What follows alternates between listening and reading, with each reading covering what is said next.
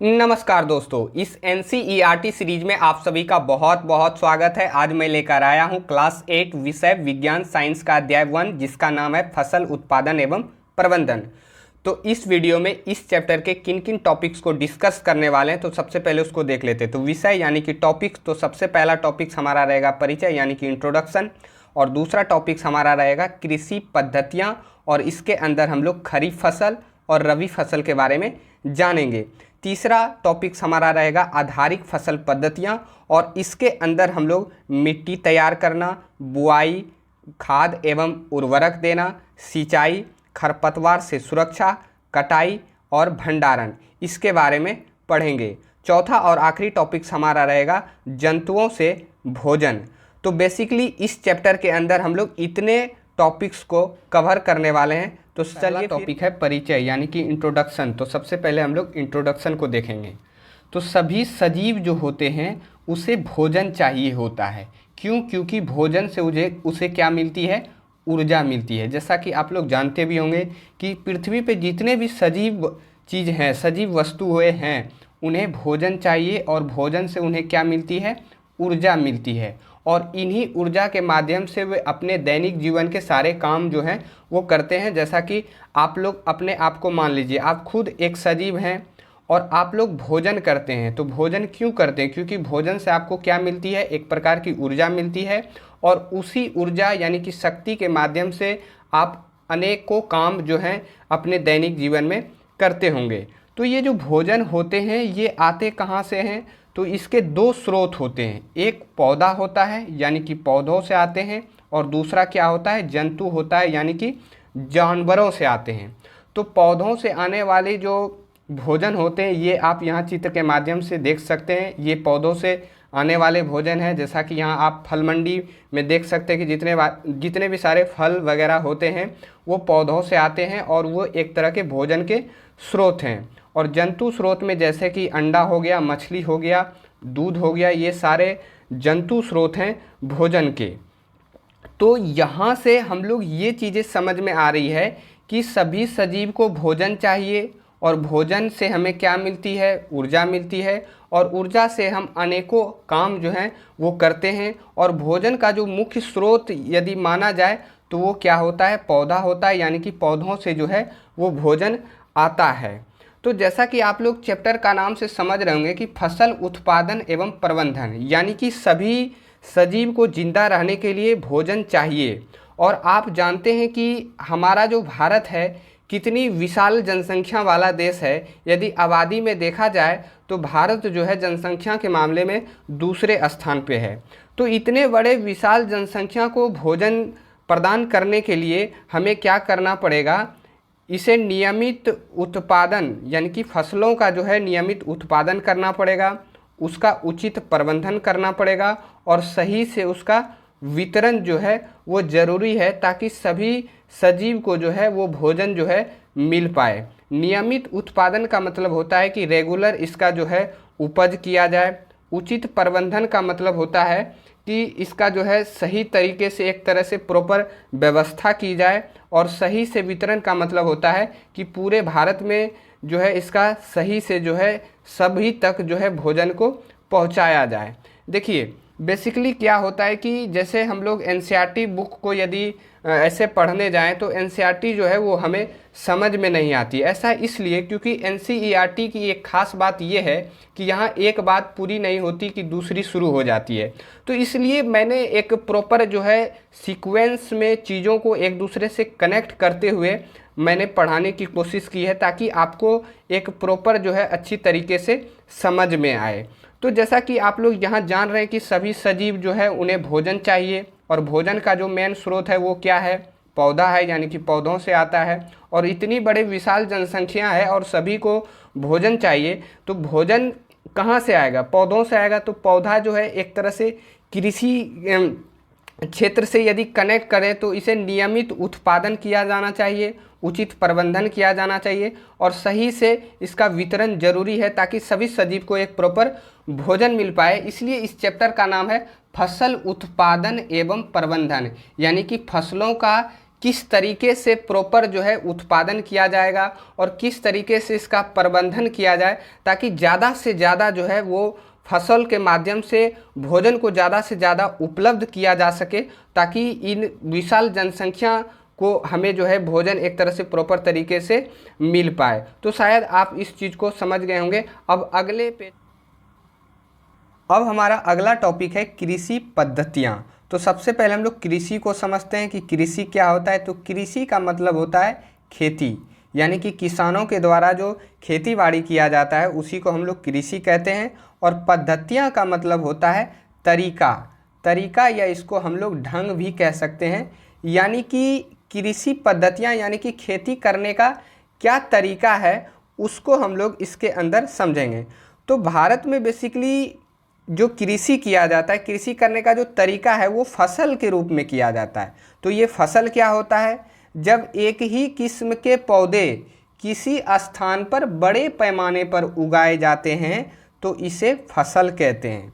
जैसे कि गेहूँ, चावल, सरसों आदि ये सारे क्या हैं? फसल हैं। जैसा कि आप इस चित्र के माध्यम से समझ भी सकते हैं कि यहाँ आप एक बड़ा स्थान देख पा रहे होंगे और यहाँ एकल फसल यानी कि आपको सिर्फ गेहूँ दिखाई दे रहा होगा और इसी गेहूँ को हम लोग गेहूँ फसल कहेंगे, क्योंकि यहाँ बड़े स्थान पर एक ही फसल जो है वो किया जा रहा है और इसी को हम लोग क्या कहते हैं? कृषि पद्धतियाँ। तो शायद आप इस चीज़ को समझ गए होंगे। अब देखिए, भारत एक विशाल देश है, जैसा कि आप लोग जानते भी होंगे। यहाँ ताप, आर्द्रता और वर्षा जैसी जलवायु परिस्थितियाँ एक क्षेत्र से दूसरे क्षेत्र में भिन्न है। आप लोग जैसा कि जानते होंगे, कृषि के लिए ताप यानी कि तापमान जरूरी है, आर्द्रता यानी कि नमी ये भी जरूरी है, वर्षा यानी कि जल जो है वो जरूरी है। और ये तीनों चीज़ें जो है भारत के अलग अलग क्षेत्रों में अलग अलग तरीके से पाई जाती है।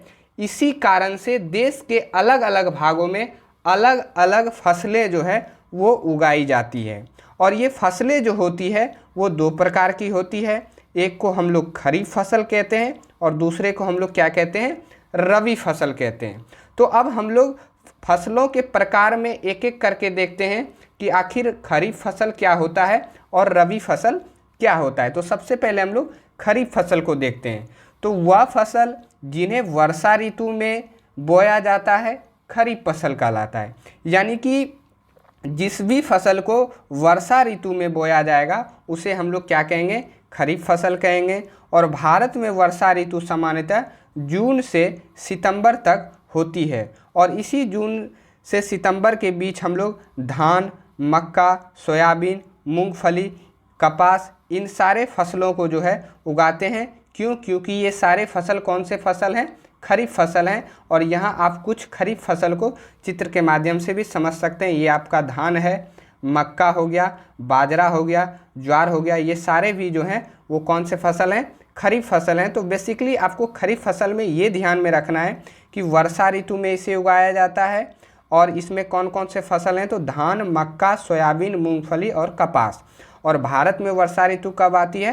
तो जून से सितंबर के बीच तक होती है। तो ये चीज़ें आपको ध्यान में रखनी है। ये चीज़ें आप लोग शायद अपने आसपास के क्षेत्र से कनेक्ट करते हुए चीज़ों को समझे तो आपको और ज़्यादा आसानी होगी चीज़ों को समझने में। कि जैसे अभी मान लिया जाए आपके आसपास कौन से फसल जो है वो उगाए जा रहे हैं, तो वैसे आप इस चीज़ को समझ सकते हैं। अब दूसरा हमारा है रबी फसल। तो शीत ऋतु में उगाए जाने वाली फसलें रबी फसलें कहलाती है और भारत में शीत ऋतु सामान्यतः दिसंबर से मार्च तक होती है। दिसंबर से कब होती है? मार्च तक होती है। और इसमें गेहूं, चना, मटर, सरसों तथा अलसी रबी फसल के उदाहरण हैं। ये आपको ध्यान में रखना है। यानी कि रबी फसल को कब उगाई जाती है? तो शीत ऋतु में। और खरीफ फसल को कब? तो वर्षा ऋतु में।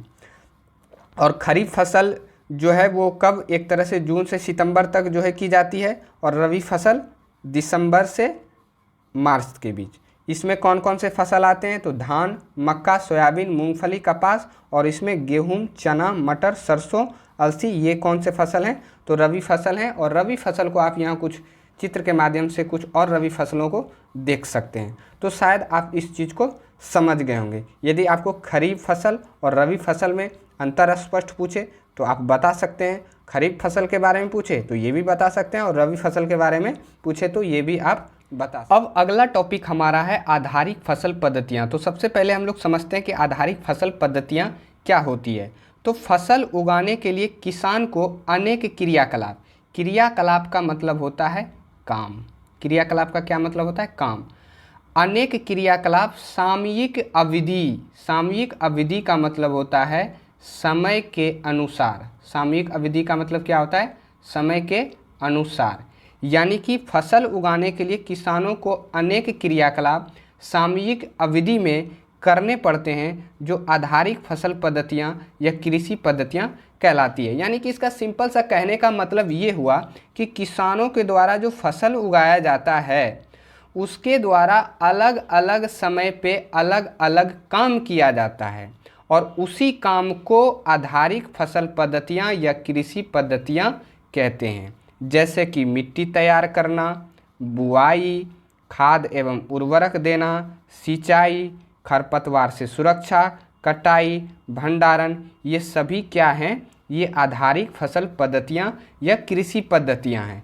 और यही काम जो है किसानों के द्वारा, यही क्रियाकलाप अलग अलग समय पे जो है किसानों के द्वारा खेती करते समय किया जाता है। यानी कि इन सभी चीज़ों को जो है कृषि करने का एक तरह से आधार माना जाता है। यानी कि इसके तहत ही कोई फसल को जो है वो उगाया जाता है, इसीलिए इसे कहा जाता है आधारिक फसल पद्धतियाँ। तो शायद आप इस चीज़ को अच्छे से समझ गए होंगे। अब इसी को हम लोग एक एक करके अगले पेज पे पढ़ने। अब कृषि क्रियाकलाप में हमारा पहला है मिट्टी तैयार करना। तो हम लोग खेतों में जो मिट्टी तैयार करते हैं, मिट्टी तैयार करने के लिए हम लोग क्या करते हैं? खेतों की जुताई करते हैं। तो ये जुताई क्या होता है? तो मिट्टी को उल्टने पलटने एवं पोला करने की प्रक्रिया जुताई कहलाता है।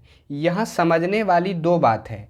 यहाँ देखिए आप, मिट्टी को उल्टने पलटने एवं पोला करने की ये दोनों जो विधि है, इन दोनों के माध्यम से जो चीज़ें मिट्टी को हम लोग करते हैं उसी को क्या कहते हैं? जुताई कहा जाता है। लेकिन समझने वाली यहाँ बात ये है कि ये उल्टने पलटने, यानी कि यहाँ आप इस देख सकते हैं इस चित्र के माध्यम से कि हल के माध्यम से मिट्टी को जो है उल्टा और पलटा जाता है, और इस विधि को ही क्या कहते हैं? जुताई कहते हैं। लेकिन ये जो पोला है ना, ये पोला केचुए के द्वारा किया जाता है। किसानों का ये मित्र कहा जाता है, और ये मिट्टी में पाया जाता है, और इसके द्वारा भी मिट्टी को एक तरह से भुरभुरा बनाया जाता है, और उसी भुरभुरा को बनाया जाना ही क्या कहलाता है? पोला कहलाता है। और ये भी एक तरह का क्या है? जुताई है। लेकिन ये किसके द्वारा किया जाता है? तो केचुए के द्वारा किया जाता है। शायद आप इस दोनों चीज़ों को डिफरेंस या दोनों चीज़ों को समझ गए होंगे। अब पोली मिट्टी में किसानों के मित्र केचुआ और अन्य लाभदायक सूक्ष्म जीव होते हैं। जैसा कि मैंने आप लोगों को अभी बताया कि पोली मिट्टी में क्या होता है? केचुआ होता है, और ये केचुए को ही किसानों का मित्र कहा जाता है। इसके अलावे और अन्य सूक्ष्म जीव होते हैं जो मिट्टी के लिए क्या होते हैं? एक तरह से पोला बनाने में, यानी कि भुरभुरा बनाने में लाभदायक होते हैं। अब अगला है कि केचुए के द्वारा मिट्टी को पलटकर पोला किया जाता है, साथ ही मिट्टी में ह्यूमस बनाता है। यानी कि केचुए के द्वारा मिट्टी को पलटकर एक तरह से पोला तो किया जाता है, यानी कि एक तरह से जुताई, या एक तरह से कह सकते हैं कि मिट्टी को भुरभुरा तो बनाया जाता है, लेकिन साथ साथ इसके द्वारा क्या किया जाता है? ह्यूमस का भी निर्माण होता है। तो ये ह्यूमस का निर्माण कैसे होता है? तो जैसे कि यहाँ आप केचुए को देख सकते हैं, आपके इधर पता नहीं इसको क्या बोला जाता है, लेकिन यहाँ आप इस चित्र के माध्यम से देख सकते हैं। तो ये जो केचुआ होता है, ये मिट्टी के अंदर जो भी एक तरह से जो कह सकते हैं, मिट्टी के अंदर जो भी अवशेष होते हैं उनको खा करके और इनके द्वारा जो मल जो है मिट्टी के अंदर छोड़ा जाता है, उसी के द्वारा ये ह्यूमस का निर्माण होता है। तो इसीलिए यहाँ कहा गया है कि केचुए के द्वारा मिट्टी को पलटकर पोला किया जाता है, साथ ही मिट्टी में ह्यूमस बनाता है। अब ये ह्यूमस से जो है कि कई सारे मिट्टी को लाभ प्राप्त होते हैं, इसलिए केचुए को जो है किसानों का मित्र कहा जाता है। तो वो कौन कौन से लाभ जो है वो मिट्टी को प्राप्त होते हैं ह्यूमस के द्वारा, तो थोड़ा सा उसको हम लोग देख लेते हैं। तो ह्यूमस वायु तथा जल को भूमि के अंदर जाने में सहायता करता है, यानी कि ये केचुए के द्वारा जो ह्यूमस का मिट्टी में निर्माण किया जाता है, इसके द्वारा मिट्टी जो है वो अधिक भुरभुरी होती है और इसी वजह से वायु यानी कि हवा और जल जो है मिट्टी के अंदर आसानी से जो है वो पहुंच पाता है। इसके अलावे ह्यूमस में पोषक तत्व पाए जाते हैं जो पौधों का एक तरह से पोषण करते हैं, यानी कि ये केचुए के द्वारा जो ह्यूमस का निर्माण किया जाता है मिट्टी के अंदर, उस ह्यूमस में जो है एक तरह से पोषक तत्व पाया जाता है और उस पोषक तत्व के माध्यम से इस मिट्टी में जो भी पौधा लगेगा उसका एक तरह से पोषण जो है वो ह्यूमस के द्वारा किया जाता है, ताकि ज़्यादा से ज़्यादा जो है वो फसल जो है वो अच्छा उपजे। तो ये ह्यूमस को आप समझ गए होंगे कि ये ह्यूमस क्या होता है, और ये पोला और ये केचुआ, ये सारे चीज़ों को आप शायद समझ गए होंगे।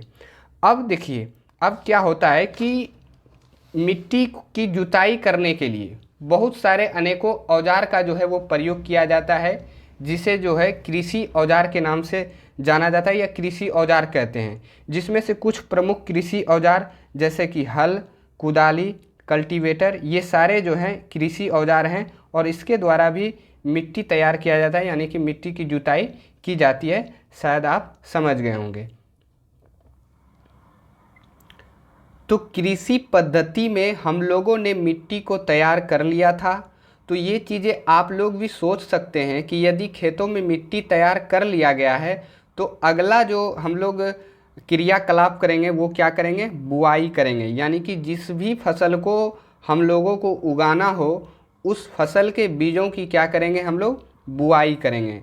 तो बोने से पहले अच्छी गुणवत्ता वाले बीजों का चयन किया जाता है, जिसमें अच्छी किस्म और साफ एवं स्वस्थ बीज हो। यानी कि जो भी फसल आप लोगों को उगाना हो तो फसल को बोने से पहले आप ये थोड़ा सा एक चीज़ कर लें तो फसल की उत्पादकता जो है वो बढ़ जाती है। यानी कि फसल के बीज की अच्छी गुणवत्ता होनी चाहिए और अच्छी गुणवत्ता का एक तरह से चयन हो, ताकि फसल का उत्पादन जो है वो अधिक से अधिक हो।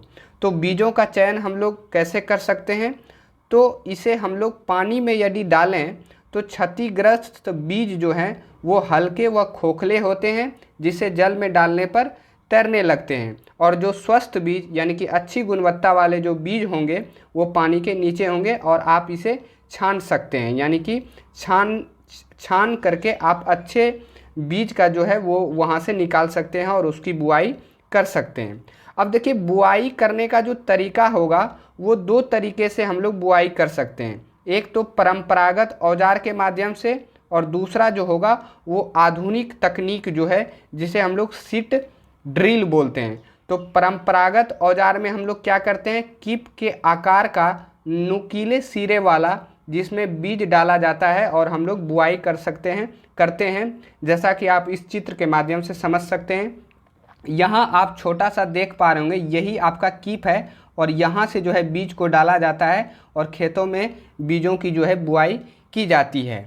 तो वही यहाँ है, उसे ये एक तरह से पुराना तरीका है, इसीलिए इसको हम लोग परंपरागत औजार के तौर पे देखते हैं। अब सीड ड्रिल जो है ये आधुनिक तरीका है और आजकल बुआई के लिए ट्रैक्टर द्वारा संचालित सीड ड्रिल का उपयोग किया जाता है और इस सीड ड्रिल से ट्रैक्टर द्वारा समान दूरी एवं सही गहराई में बीजों की बुआई होती है। यहाँ आप इस चित्र के माध्यम से देख सकते हैं, ये आपका सीड ड्रिल जो है यहाँ ट्रैक्टर में लगा हुआ है और इससे भी बीजों की बुआई की जाती है। और इसकी खास बात ये है कि उचित गहराई में बीज जाता है और एक सीक्वेंस में होता है, यानी कि समान दूरी जो होता है बीजों के आपस में वो जो है वो दूरी जो है वो बना रहता है।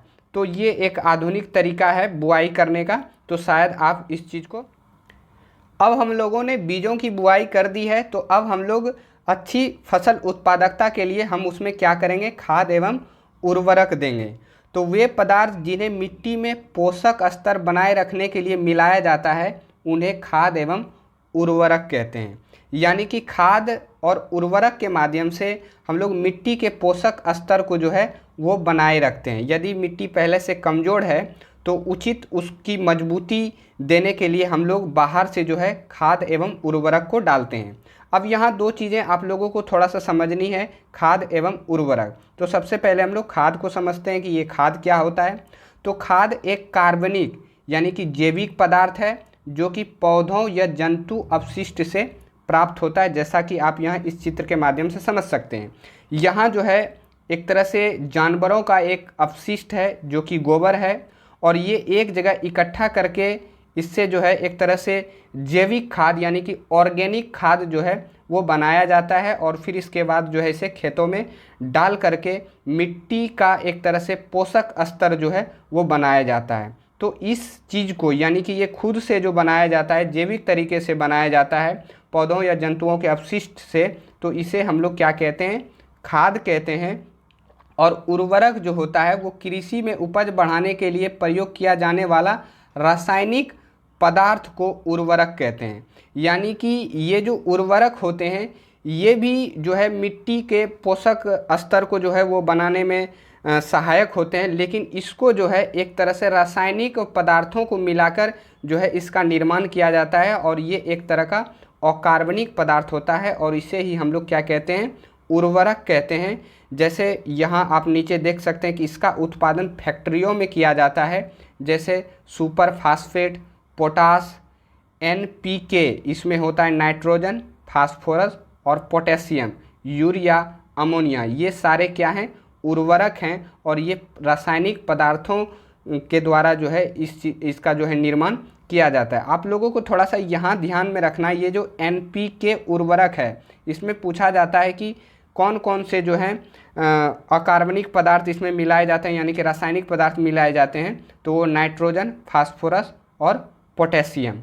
तो ये आपको ध्यान में रखना है। यहाँ आप देख सकते हैं इस तरह के बोरे में ये उर्वरक जो हैं वो आते हैं, शायद आप इसको देखे भी होंगे। अब थोड़ा सा हम लोग खाद के लाभ को देख लेते हैं कि आखिर मिट्टी में जो हम लोग उर्वरक यानी कि खाद को जो मिलाते हैं उससे मिट्टी में क्या फ़ायदा होता है। तो मिट्टी की जल धारण क्षमता में वृद्धि होती है, यानी कि मिट्टी का जो कैपेसिटी होता है वो अधिक लंबे समय तक जो है जल को यानी कि एक तरह से नमी कह सकते हैं, नमी जो है वो बनाने में अधिक जो है वो सक्षम होता है खाद डालने से। फिर मिट्टी जो है वो भुरभुरी एवं सरंध्र हो जाती है। भुरभुरी का मतलब होता है कि एक तरह से बहुत महीन कण हो जाता है, और सरंध्र का मतलब होता है छोटा छोटा एक तरह से छेद होता है, ताकि वायुमंडल के आसानी से वायु जो है वो मिट्टी के अंदर जा सके। मिट्टी में मित्र जीवाणुओं की संख्या में वृद्धि होती है। मित्र जीवाणु वही सूक्ष्म जीव वगैरह जो कि ह्यूमस का निर्माण करते हैं, जो कि मैंने आपको पीछे बताया भी था। फिर मिट्टी के गठन में सुधार। तो ये चार चीज़ें जो है वो खाद जो है वो मिट्टी में मिलाने से ये सारे जो है लाभ जो है मिट्टी में देखने को मिलते हैं। शायद आप समझ गए होंगे। अब हम लोग को सिंचाई की आवश्यकता पड़ेगी फसलों में, तो अब हम लोग सिंचाई वाला क्रियाकलाप को देख लेते हैं। तो स्वस्थ फसल उत्पादन के लिए विभिन्न समय अंतराल पर खेत में जल देना सिंचाई कहलाता है। आप लोग देखते भी होंगे कि पौधों में जो है विभिन्न यानी कि अलग अलग समय पर जो है कि ज़रूरत पड़ने पर उसे पानी दिया जाता है, यानी कि जल दिया जाता है, और वही विधि क्या कहलाती है, सिंचाई कहलाती है। अब सिंचाई के जो स्रोत होते हैं वो कुएं हैं, नलकूप हैं, तालाब हैं, नदियां हैं, बांध हैं एवं नहर, ये सभी जो हैं वो जल के स्रोत हैं। इससे जो है एक तरह से सिंचाई जो है वो की जाती है। लेकिन सिंचाई करने के अभी फ़िलहाल जो हैं वो दो तरीके हैं। एक सिंचाई के पारंपरिक तरीके हैं। पारंपरिक तरीके यानी कि एक तरह से ये पुराना तरीका है सिंचाई करने का। इसमें हम लोग मोट, घिरनी, चैन पंप, ढेकली, रहट, इन सबों का जो है इस्तेमाल करते हैं सिंचाई करने के लिए। यहाँ आप देख सकते हैं ये आपका मोट है, यानी कि यहाँ जो है रस्सी के माध्यम से कुएं से जल निकालकर ये जो है सिंचाई जो है वो की जाती है।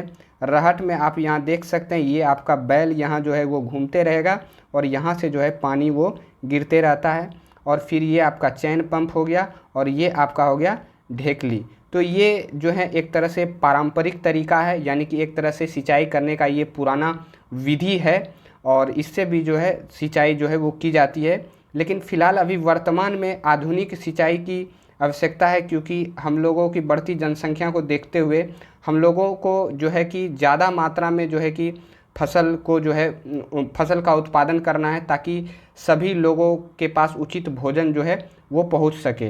तो सिंचाई की आधुनिक विधियां जो है वो एक है छिड़काव तंत्र और दूसरा है ड्रिप तंत्र।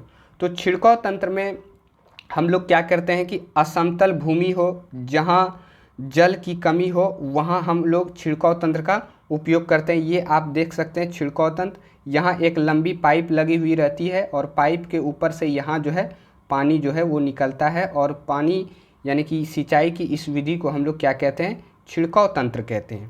ये बलुई मिट्टी के लिए उपयोगी होता है ये छिड़काव तंत्र। अब ड्रिप तंत्र में क्या होता है कि जल बूंद बूंद करके पौधों की जड़ों में गिरता है, और यहाँ आप देख सकते हैं ये आपका सिंचाई करने का जो ड्रिप तंत्र तरीका है, आधुनिक तरीका है। यहाँ आप देख सकते हैं ये आपको लंबी पाइप जो है वो दिख रही होगी, और यहाँ से ही बूंद बूंद करके जो है पानी जो है वो निकलता है, और ये डायरेक्ट जो है पौधों की जड़ों में ही गिरता है।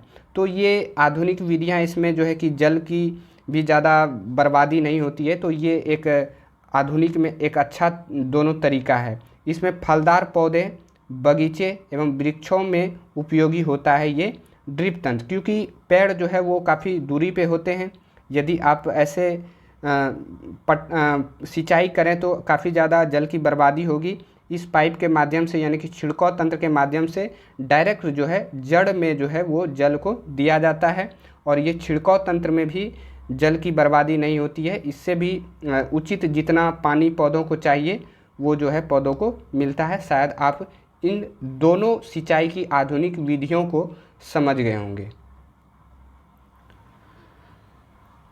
तो आगे बढ़ने से पहले सबसे पहले हम लोग देख लेते हैं कि कृषि पद्धति में हम लोगों ने खेतों में कौन कौन से क्रियाकलाप कर लिए हैं। तो मिट्टी को तैयार करना, ये काम हमने कर लिया है। बुआई कर ली है। खाद एवं उर्वरक देना, ये भी कर लिया है। सिंचाई ये भी कर दी है। अब हम लोग क्या करेंगे, खेतों को यानी कि फसलों को खरपतवार से सुरक्षा जो है वो क्रियाकलाप अब हम लोग करेंगे। तो सबसे पहले हम लोग समझ लेते हैं कि ये आखिर खरपतवार जो है वो क्या होता है। तो खेत में कई अन्य अवांछित पौधे प्राकृतिक रूप से फसल के साथ उग जाते हैं। इन अवांछित पौधों को खरपतवार कहते हैं। यानी कि फसल के साथ यानी कि पौधों के साथ प्राकृतिक रूप से यानी कि अपने आप देखते होंगे कि खेतों में बहुत सारे ऐसे झाड़ी या घास वगैरह उग आते हैं जो फसल की ग्रोथ में एक तरह से बाधा बनते हैं, और उसी को हम लोग क्या कहते हैं, खरपतवार कहते हैं। इसको हटाना बेहद ज़रूरी होता है, ताकि ज़्यादा से ज़्यादा जो भी फसल लगाया गया हो उसकी उत्पादकता जो है वो अच्छी हो।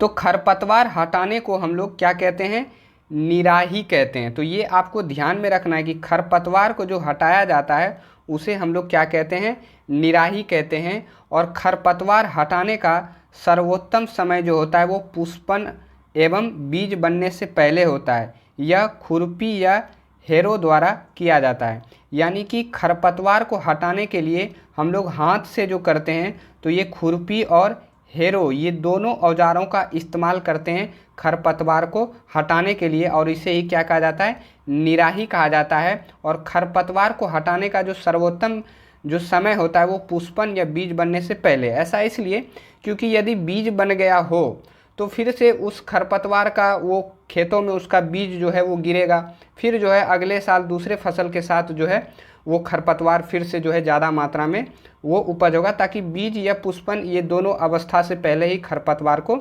जो है वो हटाना जो है वो अच्छा माना जाता है।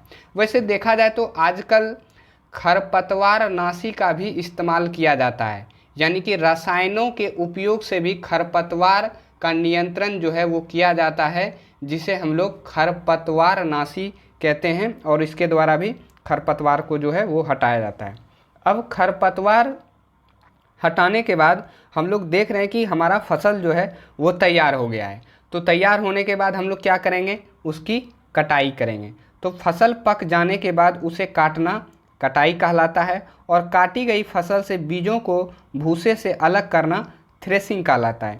यानी कि आप लोग देखते होंगे कि गेहूं जो होता है, गेहूं या धान हो, तो उसे यदि भूसे से अलग करना हो, बीज को अलग करना हो, भूसा को अलग करना हो, तो हम लोग थ्रेसिंग के माध्यम से ये चीज़ें करते हैं और अन्न को यानी कि बीज को अलग करते हैं और उसका भूसा को जो है वो अलग करते हैं। और छोटे किसान जो है वो फटक कर जो है इसको इन चीज़ों को अलग करते हैं, यानी कि बीज और भूसे को अलग करते हैं, और इस विधि को क्या कहते हैं, विनोइंग कहते हैं। मशीन के द्वारा किया जाए तो थ्रेसिंग, और छोटे किसान यानी कि खुद से कर रहे हैं तो उसे हम लोग क्या कहते हैं, विनोइंग कहते हैं। अब कटाई के औजार, तो कटाई के औजार यानी जो फसल हम लोग काटते हैं उसको किसके द्वारा काटते हैं, तो दरांती यानी कि हाथ द्वारा भी काटते हैं। यदि हाथ द्वारा काट रहे हैं तो हम लोग दरांती का इस्तेमाल करते हैं। यहाँ आप देख सकते हैं, वैसे इसको कचिया भी कहा जाता है। तो यहाँ आप देख सकते हैं इसके हाथ से ही जो है फसलों की कटाई की जाती है। और मशीन के द्वारा यदि फसल की कटाई की जा रही है तो उसे हार्वेस्टर बोला जाता है। यहाँ आप देख सकते हैं ये आपका हार्वेस्टर मशीन है, और यहाँ आप देख सकते हैं कि फसलों की कटाई की जा रही है। अब फसलों की कटाई करने के बाद अलग अलग भारत के अलग अलग राज्यों में इसके साथ जो है पर्व जो है वो मनाए जाते हैं। तो कटाई पर्व उसे कहा जाता है। तो कटाई ऋतु के साथ कुछ विशेष पर्व जैसे पोंगल, वैसाखी, होली, दिवाली, नावण्य एवं बिहू जुड़े हुए हैं। ये सारे जो है फसल की कटाई के बाद ये त्यौहार जो है अलग अलग जगहों पे मनाए जाते हैं। अब फसलों की कटाई हो गई है तो हमारे पास बीज जो है वो तैयार हो गया है। तो बीज का अब हम लोग क्या करेंगे, भंडारण करेंगे, यानी कि एक जगह इकट्ठा करेंगे। तो बीजों का भंडारण जूट के बोरों एवं धातु के बड़े पात्र में भी किया जाता है, और बड़े पैमाने पर भंडारण साइलों एवं भंडार गृह में किया जाता है। ये साइलों जो होता है ये एक तरह से धातु की बड़ी बड़ी कोठियाँ होती हैं, उसे ही साइलो कहा जाता है। इसमें बड़े मात्रा में जो है अन्न का जो है भंडारण वो किया जाता है। वैसे देखा जाए तो नोट में हमने यहाँ बताया कि केंद्र एवं राज्य सरकार बीज का भंडारण भारतीय खाद्य संस्थान FCI के गोदामों में करते हैं। यानी कि भारत यानी कि केंद्र और राज्य सरकार के द्वारा जो है अधिक मात्रा में बीजों का भंडारण जो है FCI गोदामों में किया जाता है, और यहाँ से मांग के हिसाब से यहाँ से फिर अनाज को जो है वो निकाला जाता है। अब इस चैप्टर का हमारा अगला टॉपिक आखिरी टॉपिक्स है जंतुओं से भोजन। तो घरों में अथवा फार्मों पर पालने वाले पशुओं को उचित भोजन, आवास एवं देखभाल बड़े पैमाने पर किया जाता है, जिसे पशुपालन कहते हैं। और इसके माध्यम से भी जंतु से जो भी प्राप्त जो भोजन है उसे हम लोग प्राप्त करते हैं। तो शायद आप इन सभी चीज़ों को अच्छे से समझ गए होंगे। यदि ये छोटा सा प्रयास आप लोगों को अच्छा लगा हो तो आप हमें कमेंट करके ज़रूर बताएं। धन्यवाद।